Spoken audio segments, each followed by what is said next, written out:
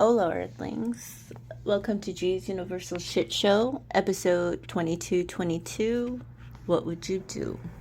Alright, first of all, before I begin, we need to do the prayer protection. So I call upon the divine, the archangels, the ancestors, the spirit guides to spiritually protect me as I put this channeled message out. I respectfully and lovingly return all negative thoughts, projections, evil eye back to sender, under the Holy Trinity. Bless all whom deserve it accordingly. Vibrate high, manifest your best, divinely guided and divinely blessed. Transmute times 3, so mote it be. So, first of all, I was divinely guided to put this message out. Unfortunately, this is the second take on this message.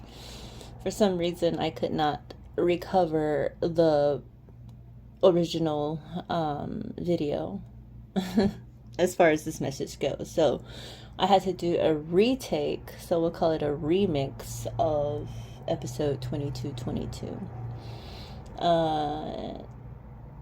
We'll call this one the censored version, let's say that, because the other one was a little bit raw, and maybe perhaps there was a reason why I couldn't put it out, because it was a little too sensitive, a little too raw for those who cannot take the truth at this time, let's just say that.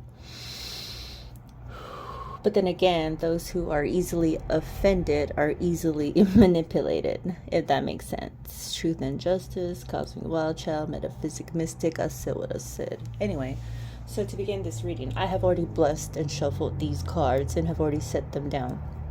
And no, because I wanted to make sure it made sense as far as the original reading, and it does.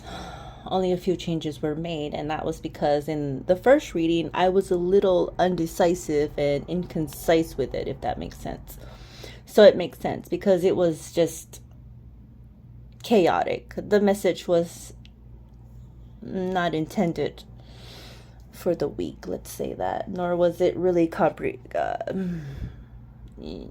yeah, it was just scattered, let's say that. It was scattered thoughts, scattered thinking. It was just the energies I was portraying. And just so we clarify, this is a collective reading. This is not a personal reading, but so far it does seem like an almost personal reading, if that makes sense, but only for those it resonates. So take what you can from this message and yet leave the rest out. I mean, I'm not responsible for what you understand. I'm only here to put the message out, like G says, if that makes sense. Okay, here we go. So like I said, welcome to G's Universal Shit Show, episode 2222, What Would You Do? So, I've got, and, okay, so just to clarify, I am using my new tarot deck, the Edgar Allan Poe Tarot by Rose Wright, illustrated by Eugene Smith. And I do love the illustration on this. It is so detailed, if that makes sense. It emphasizes what I really, anyway. So, the illustration is nice. It is really perfect for tarot. And Edgar Allan Poe, you can't go wrong with him. He was a smart motherfucker, if you know what I mean. If you know, you know. Anyway, so, as far as what I got from the decks.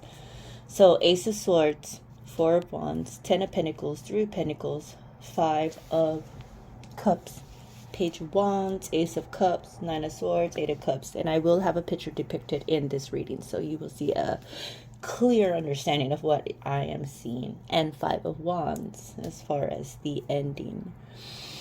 So I put 10 cards, well, 9. Bottom of the deck was the clarifying card, which is 5 of Wands. So, basic message, or not the basic message, but the overall message is agree to disagree. And G is asking you, at this point of your life, what would you do? And if you remember that show that used to show on TV, what's his name? John Quinceañeras, I believe that's his name, did a whole show of what would you do in situations where would people do the right thing, or would they just ignore the situation that's going on in front of them? You know, basically, would you do right, or would you just ignore the problem? Anyway, so agree to disagree. Loyalty begets loyalty. And in the first card, not the first card. So the clarifying card, which is Five of Wands, it depicts, and actually let me look at the book and actually be more specific with it, okay? So Five of Wands, because like I said, this is a new deck and I am understanding, and which is interesting because like I said, it really does clarify as far as the energies of each deck or card, if that makes sense. So Five of Wands. So the illustration depicts from the story Hop Frog, and if you know Edgar Allan Poe stories, then you would understand the depiction. So in the story Hop Frog, a crippled dwarf named Hop Frog and his quote-unquote sworn friend Trippetta are taken from their homeland and forced to serve a king. Hop Frog's disability is fodder for conflict between him and the king. Excuse me. The king lives only for joking and doesn't care about the well-being of others. When the king throws a goblet of wine into Trippetta's face, Hop Frog is furious.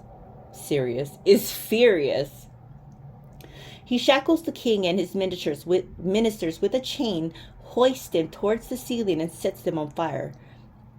Because Hop Frog's act takes place during a masquerade, the guests believe the murder to be nothing more than, quote, a well-contrived pleasantry, unquote. So in the image, 5 men are suspended from a large chandelier. They're tortured and burned to death. 4 candles burn around them, while a 5th is wielded by Hop Frog. Hence, 5 of Wands. So, the meaning. Conflict and chaos rule the day. You're embroiled in arguments that have no end. You don't see eye to eye with others. It might feel impossible to come to an agreement, as all parties don't share similar backgrounds, goals, or beliefs. And this is where conflict happens. So circular discussions cause tension and make it difficult to reconcile. Frustration is the only outcome. You can circumvent this by listening.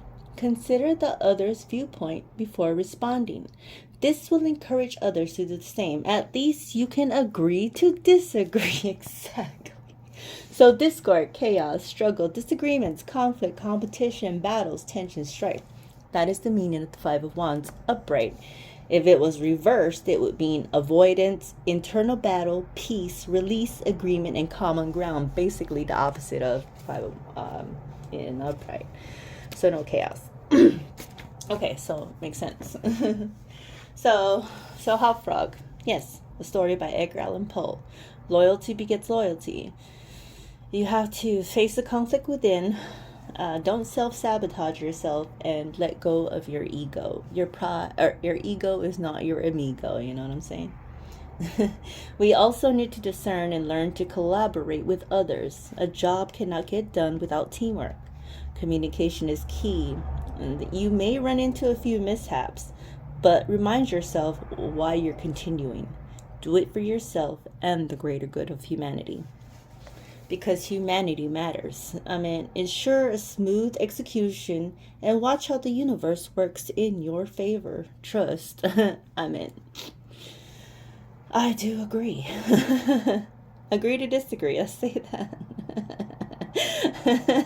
What would you do? Anyway, loneliness and isolation can happen along your journey. So it will happen. You're going to lose loved ones along this journey because there are a lot of people who are not going to agree with what you believe in. You know what I'm saying? Because religion has been a big part of people's lives. Like, people are set in their ways, let's say that. And if you try a different route, people don't like change. Let's just say it that way, okay? So loneliness and isolation can happen along your journey when you lose loved ones. It's whether you lose them in the physical or you lose them, spiritually, if that makes sense. Because once they cross over, that's how you lose a loved one, yet they're always with you in spirit, if that makes sense. Because you'll lose them in the flesh, you just don't lose them in the spirit. When you have hope, your spirit shall prosper, as above so below. Please call upon your angels to help during dark times. Face your demons. Your internal struggles are your own battles. You are your own worst enemy. Just remember that. Accept the truth, speak your truth, accept your burdens, work through your fears, emote your emotions, and move on respectfully. Because once you learn to love yourself, that's when everything falls into place, and trust. It's not easy. Been there, done that type of energy, and I can vouch for as far as losing people because your beliefs are different. But then again, I mean, if you know right is right, right is right. If you know wrong is wrong, wrong is wrong. Deep down, no matter what other people say, right is right and wrong is wrong, despite their beliefs. You know what I'm saying? Yes. So anyway, as far as finishing up with the tarot, Edgar Allan Poe tarot decks, I clarified with hold on before I begin. Yes. So I clarified with my own Oracle Moon meditation cards and the Oracle the Fairy cards. I clarified as far as energies go because yes, let's just say karma is making her rounds.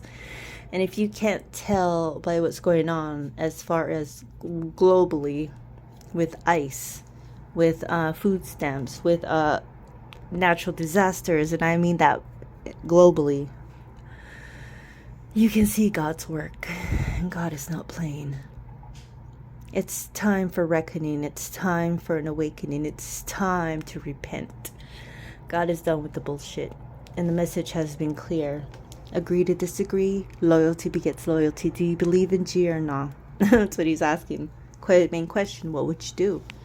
What would you do in any situation if you've seen something arise as far as conflict? What would you do? Would you walk away or would you do the right thing? Not as far as putting your life on the line, as if it comes to conflict such where it entails some kind of weapon, then by all means, please don't. Please do not sacrifice your life for that. You do matter. You matter as much as anybody else. I mean, if you want to be the hero, be the hero. But by all means, be the bigger person and walk away from any conflict, if that makes sense. There are times when you have to be courageous, and then there are times when you just have to fucking walk away from the dumb shit, if that makes sense. If you're gonna do good, do it for the greater good. Don't do it for clout. Don't do it for fame. Don't do it for, any other dumb shit. Do it because it's right. Do it because it matters. Do it because it says so in your heart that you can make a difference. If that makes sense. At least that's what I heard. Bruh, where are we going with this? Anyway, got me all in my feels over here. I'm about to get a little teary-eyed. Okay. So, to clarify the Edgar Allan Poe tarot deck with the Five of Wands, we've got with the Oracle of the Fairies, Solitude, and I pulled 3 cards, and the 4th card clarifying, what the whole spiel is here, if that makes sense. So, Solitude, it is time to go within and seek what you want to find. Ask God, and you shall receive. So think of being alone as meaning you are all one and in total harmony with everything. The greatest treasures are those that wait silently during your quiet times. Exactly.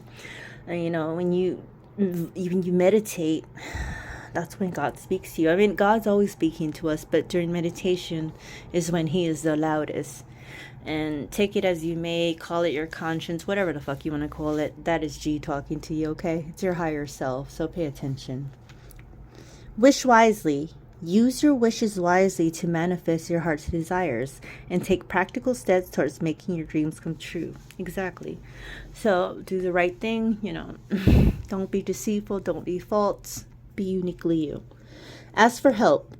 Angels are celestial beings who protect everyone, and the fairies say now is the time for you to ask for angelic assistance. They're always around. You just, when you vibrate at a higher level, you hear God more. But when you're always down in the dumps and always in that lower vibration, then yes, you're manifesting from your south node. When you're in your north node, you hear the angels, you hear celestial beings, you hear the ethers, you hear ethereal beings. It's crazy. Call me crazy, I don't give a fuck. I've been called worse. But I know the truth. And G is the truth, and God is God, and if you know, you know. I don't have to explain myself. Anyway, let's move on. I digress. Okay, last card. Find balance. Find the balance between your work, rest, and playtime, and you will have more energy, harmony, and productivity in your life. Take a power nap. Exactly. If you're fucking being, if you're in your feels, take a nap, bitch. Wake up happier, okay? Message of the day. Please don't. Okay, and then we're going to move on to the Oracle Moon meditation, which is my own take on Oracle cards. So we've got signs, synchronicities, and angel numbers. G loves you. Simply the message of the day. Next message. Stay active, stay healthy. Mind, heart, and soul. Health equals wealth. Mind, heart, and soul. Remember that. Third card. Leaders create leaders. You are a trendsetter. Exactly. Believe in yourself. Because the more you believe in yourself, with G, impossible becomes impossible. If you know, you know. All right. Fourth card. People who have no life will always try to start drama. Exactly, because they have nothing better to do. They don't want to work on themselves, so they want to create drama in your life, if that makes sense. And in the back of the card, it has visions. Huh. Okay. The initials BEH may be significant to you. That is the fifth card. And as far as the sixth card, we've got, when there's no peace within your heart, there will be no peace outside yourself. Love will always conquer. Exactly. The acronyms LAW. Love always wins. Thank you, G, for clarifying that. I mean, the energies that I've been picking up as far as why this reading is for the collective is because you need to take this message as it resonates. Please take what resonates and just leave the rest out. If it's not for you, it's not for you. Don't and don't take it personally. If you're triggered, it's because you have to work on yourself, boo. Do what you gotta do, okay? Okay. Because there is a blurred line between reason and madness, and you just gotta find that. It's duality, the balance between light and dark. You can balance that shit. Everybody has that good and evil within them. It's just question of the day, like G says, or G asks, what would you do? Think about it. One love.